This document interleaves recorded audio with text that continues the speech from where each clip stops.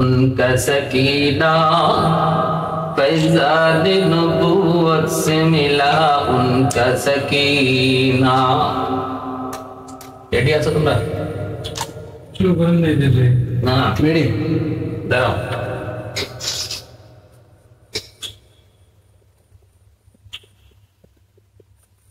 আল্লাহর পয়গম্বর সুলাইমান আলাইহিস সালাম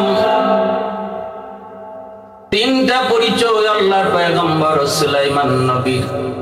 এক হলো তিনি আল্লাহর পয়গম্বর নবী, দ্বিতীয় পরিচয় হলো তিনি নবীর ঘরের নবী, বাবা নবী তিনিও নবী। আরেকটা পরিচয় হলো তিনি তামাম দুনিয়ার বাদশাহ। আল্লাহর পয়গম্বর সুলাইমান তামাম পৃথিবী শাসন করছেন চারজন মানুষ। চারজনের ভিতরে দুইজন হলেন কাফের। এই দুইজন, একজন নমরুদ আর একজন হলো বুখতানসর, আর দুইজন হলেন মুমিন। একজন সুলাইমান পয়গম্বর, আরেকজন হলেন যুলকারনাইন। এই চারজন মানুষকে আল্লাহ পাক তামাম দুনিয়ার বাদশাহী দান করেছেন। সুলাইমান আলাইহিস সালাম ওনার অধীনে শুধু মানুষ নয়, মানব দানব পশু পাখি এমনকি বাতাস পর্যন্ত সুলাইমান পয়গম্বরের অধীনে ছিল। ওনার আদেশে বাতাসও চলত, ওনার কথা মতো বাতাস যেখান থেকে যেথায় যেতে চান পৌঁছে দিত। এতটা ক্ষমতাবান একজন বাদশাহ। জিন দানব দেওপরি সবকিছু ওনার অধীনে চলত, ওনাকে মানত, ওনার কথা শুনত। শুধু মানব না, সুলাইমান আলাইহিস সালাম একদিন আল্লাহর দরবারে আবেদন করলেন, মালিক তুমি তো আমাকে তামাম দুনিয়ার বাদশা বানাইছো, আমার মন চায় তোমার সমস্ত মাখলুকাতকে আমি 1 বছর খাওয়াইতাম। এতটা সম্মান, এতটা শক্তি, এতটাই যখন তুমি আমাকে দিয়েছ, মন চায় আল্লাহ আমি তোমার মাখলুকগুলিরে 1 বছর খাওয়াবো।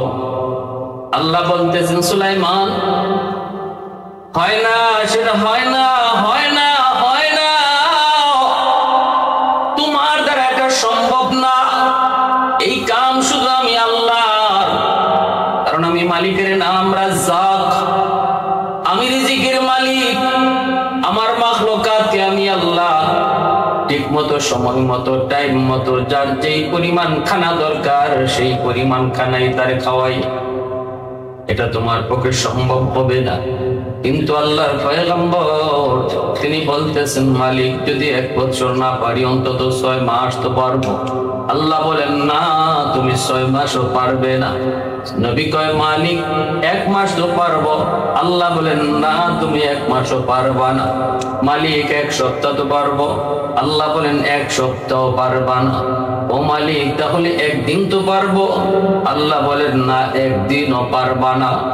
নবী কয়, মালিক তাহলে আমাকে অন্তত 1 বেলা খাওয়ানোর সুযোগ দিবাইনি।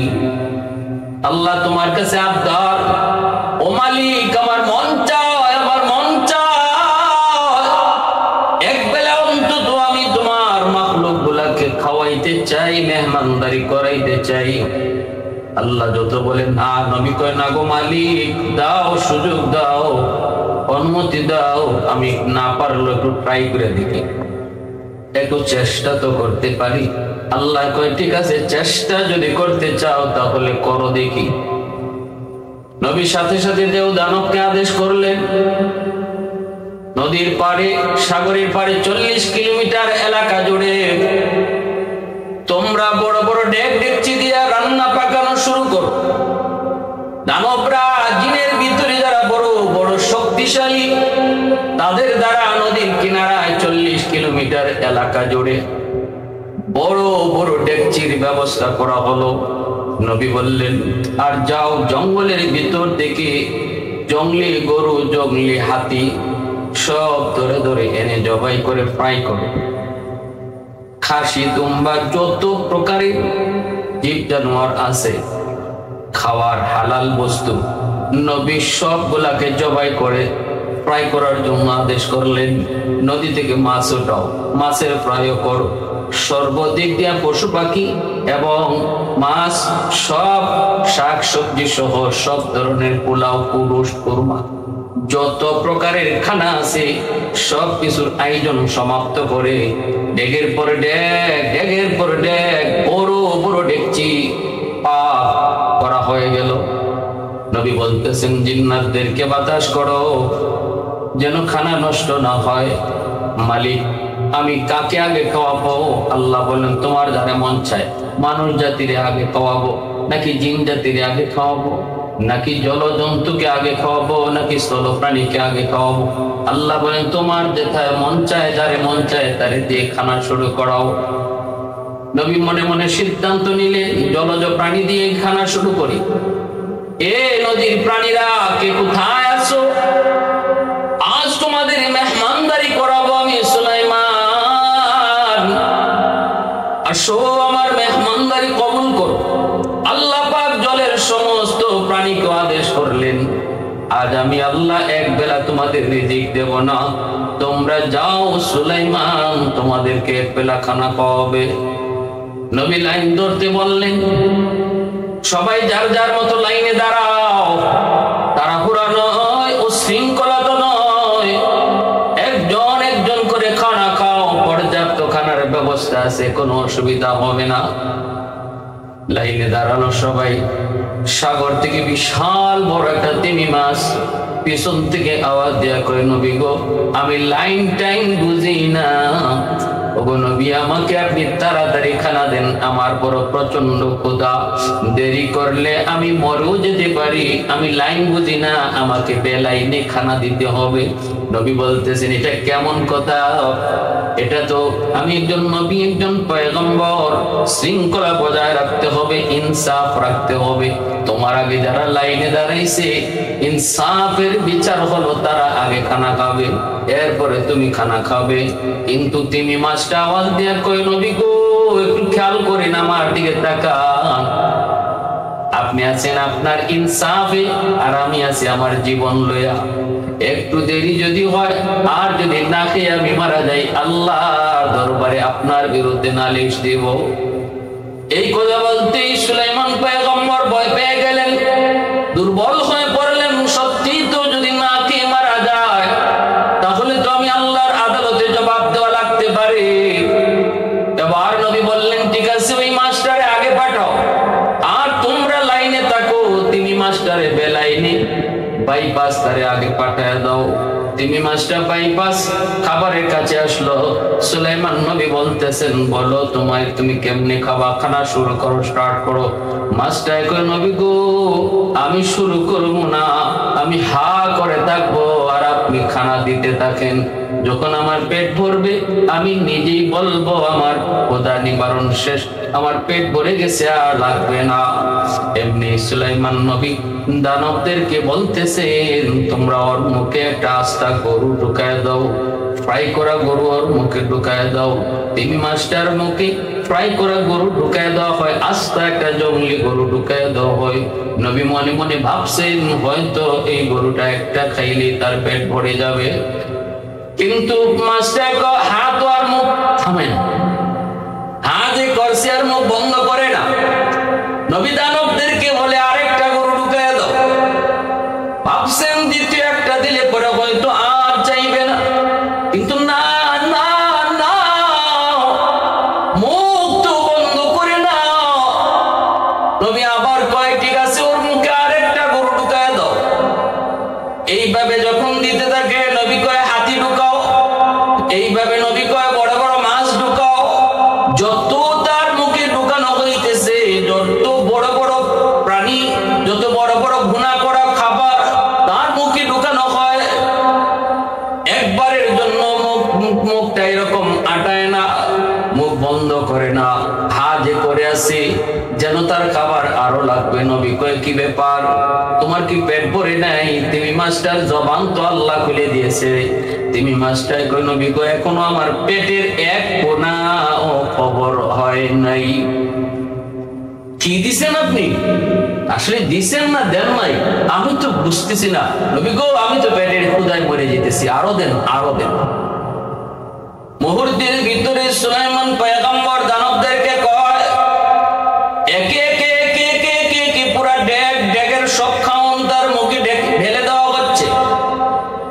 40 কিলোমিটার এরিয়া পর্যন্ত যত খাবার ছিল অর্ধেক দেওয়া শেষ, এরপরও তিমি মাছের পেট ভরে না। নবী তো হতাশ। এমন একটা দুইটা না, অসংখ্য তিমি অসংখ্য মাছ, আরো তো লাইনে দাঁড়ানো, এখনো তো কেউ খানা শুরুই করে নেই। শুধুমাত্র একটা তিমি মাছের খানা দিয়ে শুরু হলো, অসংখ্য অগণিত সৃষ্টিকুল এখনো লাইনে দাঁড়ানো, এখনো বাকি। নবী তো হতাশ হয়ে গেলেন, হতাশ হয়ে গেলেন। নবী বলতেছেন কি ব্যাপার, পেট কি ভরে নাই? কয় না গো নবী, টের পাই নাই, আরো দেন।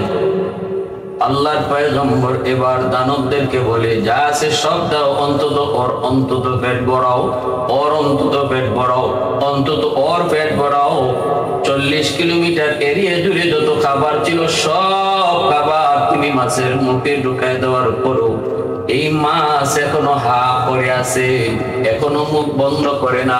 আল্লাহর নবী সিজদায় পড়ে আল্লাহর কাছে কান্দে, মালিক তোমার কুদরত বুঝা বড় দায়। আল্লাহ, একটা মাছের কাছে আমি লজ্জিত হয়ে গেলাম, এখনো তার মুখ বন্ধ হয় না। মালিক আরো খানা চাই, আমার খানা তো যা ছিল সব তো শেষ হয়ে গেছে। আল্লাহ এখন আমি কি করব, এখন কি করব? তিমি মাছটা আওয়াজ দেয়া কয় নবী গো, ওগো আল্লাহর পয়গম্বর, আপনি আমার অনেক কষ্ট দিয়েছেন, অনেক ক্ষতি করে ফেলছেন গো নবী, খানা দেন না কেন? নবী কয় খানা তো শেষ। এবার মাছটা কয় নবী গো শুনেন, এত খাবারের আয়োজন করলেন, সব আমার মুখে ঢুকায় দিলেন, অথচ এই খাবার খাওয়ার পরে আমার এক লোকমা খানার সমতুল্য হয়েছে। আর ভালো করে শোনেন, আমার মালিক, আমার মালিক যিনি আমাকে প্রতিদিন প্রতি রাত সপ্তাহে সপ্তাহে বছরের পর বছর যে মালিক আমারে সাগরে খাওয়ায়, এই মালিক এমন লোকমা একটা না 3 লোকমা খাবার আমাকে ডেলি খাওয়ায়। ওয়ামা মিন দাব্বাতিন ফিল আরদি ইল্লা আলাল্লাহি রিজকুহা। আল্লাহ পাক রব্বুল আলামিন কয়, জমিনের ভিতরে যত প্রাণী আছে সমস্ত প্রাণীগুলোর রিজিক আমি আল্লাহর হাতে, আমি আল্লাহ তাদেরকে রিজিক দেই। ভাইরা বন্ধুরা এবার একটু বুঝো, এই যুবক ওই যে দেখো না একজন রিকশাওয়ালা ভাই পকেটটা খালি করে বের হয়েছে, বিকাল বেলা পকেটটা ভরে তারে বাসায় পাঠায় দেখে তিনি আমার আল্লাহ। পাখিটা সকাল বেলায় খালি পেটে বের হয়, জানে না কোথায় তার রিজিক আছে। বিকাল বেলা ওই পাখিটাও পেট ভরে আবার তার বাসায় বাচ্চাদের কাছে ফিরে আসে। ফিরায় কে, খাওয়ায় কে? তিনি বলেন আমার আপনার মালিক আল্লাহ, তিনি আমার আপনার মালিক আল্লাহ। সকাল বেলা একটা মাছ সাগরে নামে পাক আহারের সন্ধানে, জানে না কোথায় তার খাবার কিভাবে পেট ভরবে। বিকাল বেলা আল্লাহ তাকেও পরিপূর্ণ রূপে খাদ্য পেটে দিয়ে আল্লাহ তারে বিকালে ফিরায়। এজন্য আল্লাহ কয় মানুষ একটু মনে রাখো, এই জমির ভিতরে যত প্রাণী দেখো, যত প্রাণী দেখো, ছোট হোক বড় হোক, রিজিক আমি আল্লাহর হাতে, আমি রিজিক দেই, আমি আল্লাহ রিজিকের ব্যবস্থা করি।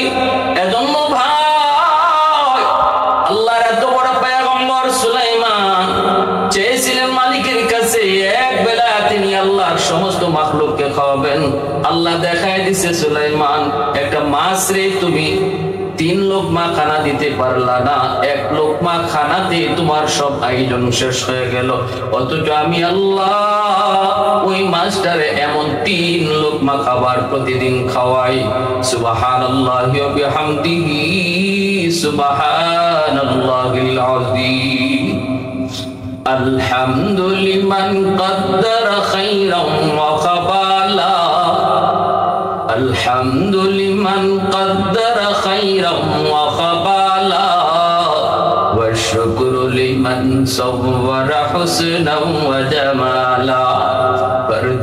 সামাদুন আন সিফাতিন খালকি বারিউন রব্বুন আযালিয়্যুন খালাকাল খালকা কামালা লা জিদ্দা ওয়ালা নিদ্দা ওয়ালা হাদ্দা লিমাওলা লা জিদ্দা ওয়ালা নিদ্দা ওয়ালা হাদ্দা লিমাওলা আল আনা কামা কানা ওয়ালাম ইয়ালকা যাওয়ালা আল আনা কামা কানা ওয়ালাম ইয়ালকা যাওয়ালা। এত বড় পয়গম্বর সুলাইমান, এত বড় ক্ষমতাশীল, আল্লাহর কুদরতি কদমে পইরা নিজেকে সারেন্ডার করলেন। মালিক তুমি রাজ্জাক, আল্লাহ এই রিজিকের দায়িত্ব নেওয়ার ক্ষমতা কোনো মানুষের হয় না। বাইতুল মুকাদ্দাসের নির্মাণ কাজ শুরু করেন বাবা দাউদ পয়গম্বর, তিনি আল্লাহর পয়গম্বর। ছেলে সুলাইমান, তিনি আল্লাহর পয়গম্বর। জিনদের দ্বারা, জিন্নাতের দ্বারা সুলাইমান আল্লাহর ঘর বাইতুল মুকাদ্দাসের নির্মাণ শুরু করাইছেন। এবার জিন্নাতগুলি পাগলের মতো কাম করতেছে। আল্লাহর ঘর বাইতুল মুকাদ্দাসের নির্মাণ কাজ শুরু হয়েছে। এইদিকে সুলাইমান পয়গম্বর তিনি দাঁড়ায় আছেন লাঠিতে ভর করে, যেভাবে একজন কন্ট্রাক্টর দাঁড়ায় থাকে আর লেবাররা কাম করে। নবী দাঁড়ায় দাঁড়ায় পাহারা নেন, দাঁড়ায় দাঁড়ায় তিনি তাদেরকে দেখশন করেন। আর জিন্নাতেরা রাত নাই দিন নাই তারা কাম করে। সুলাইমান পয়গম্বর হঠাৎ একদিন দেখতে পেলেন অপরিচিত একজন মানুষ ওনাকে সালাম দেয়। নবী জিজ্ঞেস করলেন, কি ব্যাপার, কে আপনি, কেন সালাম দিলেন? এইবার লোকটাই কয়, নবী গো, আমাকে আপনি চিনবেন না, পৃথিবীর কোনো মানুষ আমাকে চেনে না, আমি পৃথিবীর সব মানুষকে চিনি। যে আমার একবার চিনি আর সে দুনিয়াতে থাকে না, আমার নাম মালাকুল মউত আজরাইল। এত বড় ক্ষমতাসীন একজন বাদশাহ, যারে আল্লাহ পাক নবুয়তিও দান করেছেন, তাম দুনিয়ার বাদশাহীও দান করেছেন, তাকেও দুনিয়াতে থাকার সুযোগ আল্লাহ দেয় নাই। এমনকি দেয় নাই তা না, মৌতের আগ মুহূর্তটাতে পর্যন্ত আল্লাহ তার মৌতের খবর আল্লাহ দেয় নাই, তার মেসেজ দেয় নাই, নবী গো আপনি রেডি হন, আপনার মৌতের টাইম হয়ে গেছে। এজন্য আল্লাহ রাব্বুল আলামিন কার কখন কোন অবস্থায় মরণ হবে এটা পৃথিবীর কেউ জানে না, আল্লাহ কাউকে জানানো না, জানেন শুধু আল্লাহ। মৌতের আগ মুহূর্তে আল্লাহ পাক মালাকুল মউত আজরাইলকে আদেশ করেন আর ইনি নিয়ে যায়।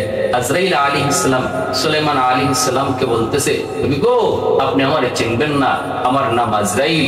পৃথিবীর যে মানুষটা আমারে চিনে সে আর দুনিয়া থাকে না, আমি সবাইকে চিনি। আল্লাহর পয়গম্বর ভাই আজরাইল কেন আসছেন?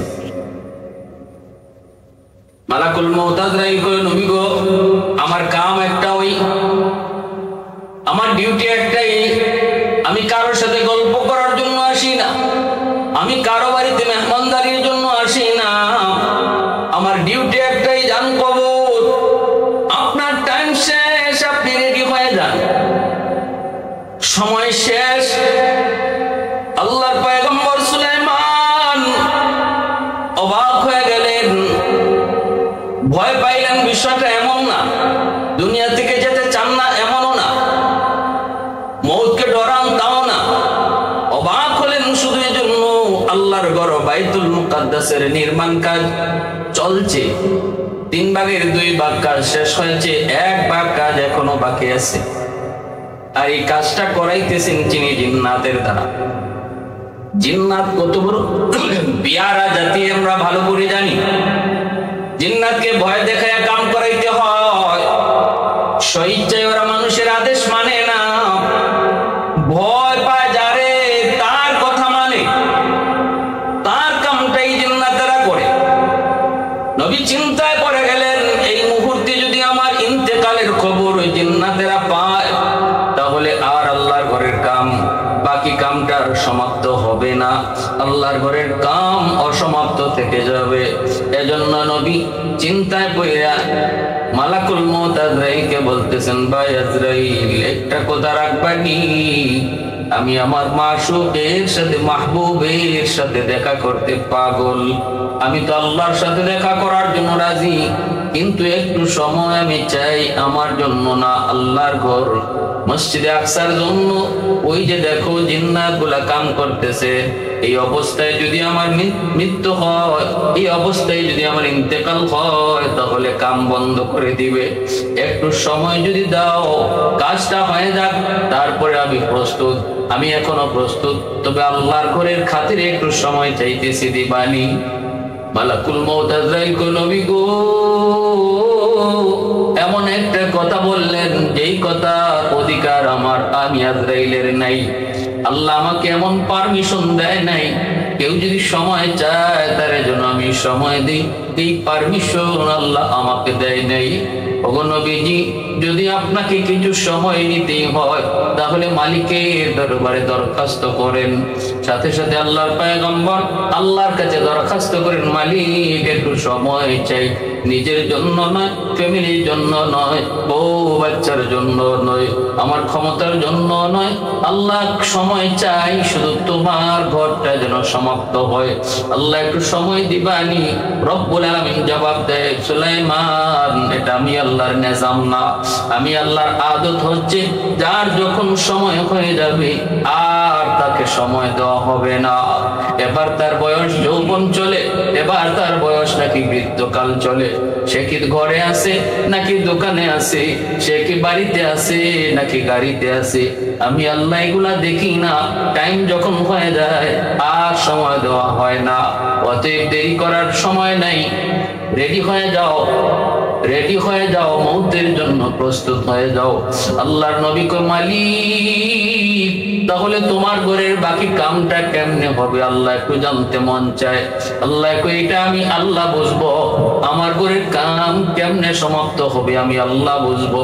নবী কয়, মালিক একটু জানতে মন চায়, মন চায়, আল্লাহ একটু কও না কেমনে করবা।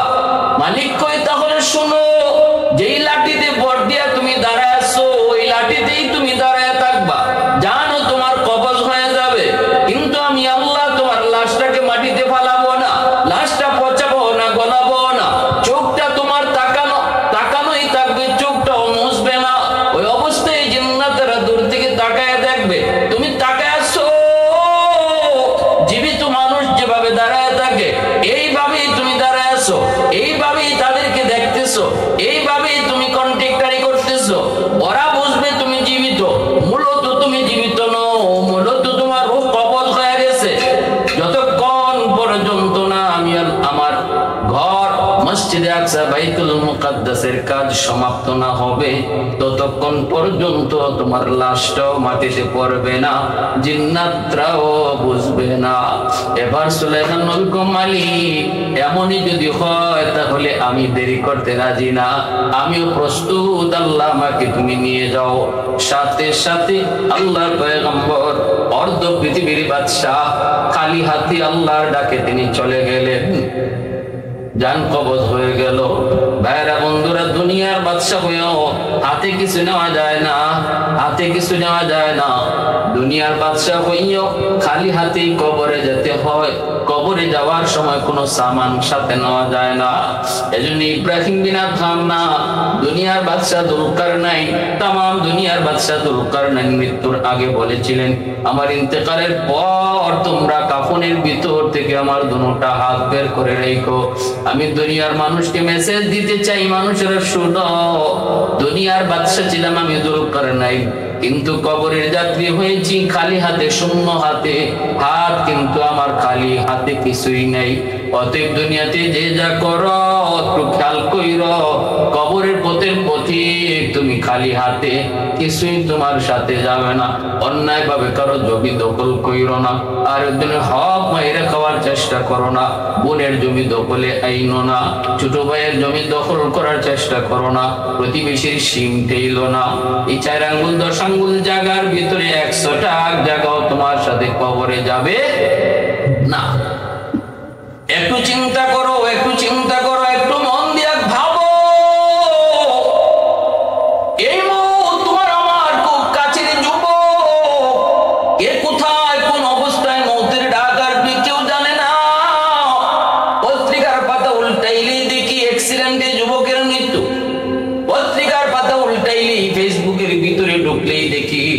অ্যাক্সিডেন্টে কত কম বয়সের যুবক যুবতী মারা যাইতেছে। এজন্য বয়সের গ্যারান্টি নাই, বয়সের বাহাদুরিও কইরো না, বাহাদুরিও কইরো না। আল্লাহর পয়গম্বর সুলাইমান, আল্লাহর পয়গম্বর, শুধু পয়গম্বর না, পয়গম্বরের ঘরের পয়গম্বর, শুধু পয়গম্বর পরিচয় না, দুনিয়ার বাদশাহ। মৌতের আগে সময় পান নাই, আল্লাহ পাক রব্বুল আলামিন কবজ করে রূহটা কবজ করে নিয়ে গেলেন আজরাইলের মাধ্যমে। লাশটা এভাবে আল্লাহ দাঁড় করায় রাখলেন, আল্লাহ তার কথা মতোই লাশটা এভাবে দাঁড় করায় রাখলেন। এরপরে আমার ভাইরা বন্ধুরা কাজ শুরু হলো। জিন্নাতেরা মনে করতেছে উনি তো দাঁড়ায় কাজ দেখতেছেন, অতএব না ফাঁকিবাজি করার কোন সুযোগ নাই। দিন যায় রাত যায়, জিন্নাতেরা কাম করে, হরদম তারা কাম করে। ঘটনা কি, নবী তো এমন ভাবে তাকায় আছে, লড়েও না চড়েও না, মনে হয় আল্লাহর পক্ষ থেকে কাজের বড় দ্রুত কাম শেষ করার অর্ডার আসছে। অতএব লড়ালড়ি করো না, তা কাম দ্রুত চালাও, দ্রুত চালাও। ভাইরা বন্ধুরা, এইভাবে একদিন দুই দিন নয়, একটা বৎসর পর্যন্ত নবীর ইন্তেকালের পর আল্লাহ পাক তার লাশটাকে লাঠির মধ্যে দাঁড় করায় রাখছেন।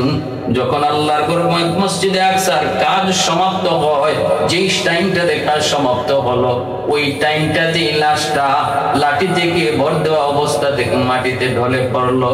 জিন্নাতেরা দৌড়ে আসলো, নবী পইরা গেল। ঘটনা কি, জিন্নাতেরা আসলো, আয়েশা তারা তার হাত ধরছে, পায়ে ধরছে। জিন্নাতেরা দইরা তারা বুঝতে পারলো বডির কন্ডিশন কয় নবী এখন মারা যায় নাই, নবী আরো বহু আগেই মারা গেছে। কতদিন আগে মারা গেছে? জিন্নাতেরা এইবার পরীক্ষা শুরু করছে। ওই দিন জিন্নাতেরা যদি পরীক্ষা না করতো, কতদিন আগে আল্লাহর পয়গম্বর সুলাইমান নবীর ইন্তেকাল হলো, এই বিষয়টা যদি জিন্নাতরা তখন তদন্ত না করতো, আজ পর্যন্ত আমরা পৃথিবীর মানুষ কেউ জানতাম না নবীর কত আগে ইন্তেকাল হয়েছিল। কেমনে পরীক্ষা করলো? তাফসীরের কিতাবের মধ্যে লিখেন, যতটুকু উনার যে লাঠিতে উনি ভর দেওয়া ছিলেন, এই লাঠিটা ঘুম পোকায় খাইছে, ওই পোকায় খাইছে, ওই পোকায় খাইছে, যতটুকু এই পোকায় খাইছে লাঠিটা, এতটুকু তার আগে যাচাই করেছে, এতটুকু আগে তারা মাপ নিছে। এরপরে লাঠির সমান আরেকটা ভালো লাঠির মধ্যে ওই পোকাটা লাগায়া দিছে।